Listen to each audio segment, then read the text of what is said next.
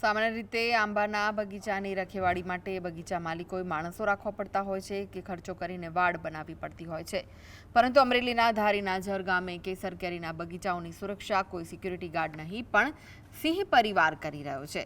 ઝર ગામની સીમમાં આવેલી આંબાની વાડીઓમાં અત્યારે સિંહ પરિવારે ધામા નાખ્યા છે। એક સિંહણ અને તેના 3 પાઠડા આ આંબાવાડીને પોતાનું ઘર બનાવી ચૂક્યા છે।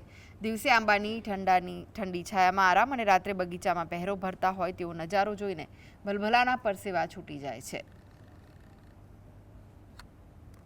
સિંહ તો અહીંયા કાયમ માટે વાડીમાં રહેશે। પાણીનું સારું છે, ઠંડુ હોય એટલે સિંહને તડકાના હિસાબે અહીંયા અમારી વાડીમાં કાયમ માટે રહેશે। સિંહના હિસાબે અમારે અહીંયા રોજ ભૂંડ એનો ત્રાસ નથી। સિંહ તો કાયમ માટે અમારી વાડીની અંદર હોય જ છે અને એ અમારું રખોપું કરે છે।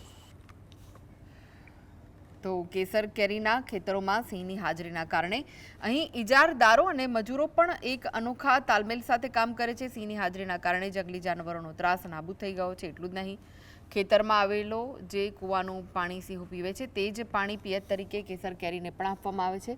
આમ ઝર ગામના ખેતરમાં સાવજ વાડી માલિકો માટે આશીર્વાદ સમાન સાબિત થઈ રહ્યા છે।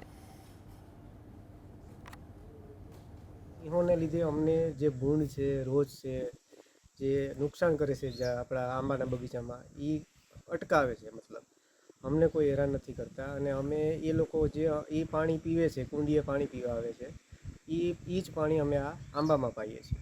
એટલે કેરી પણ શું છે, આ સિંહનું પીધેલું પાણી પીએ છે, એટલે આંબાની કેરી અમે એ જ ખાઈએ છીએ ને એવી બને છે।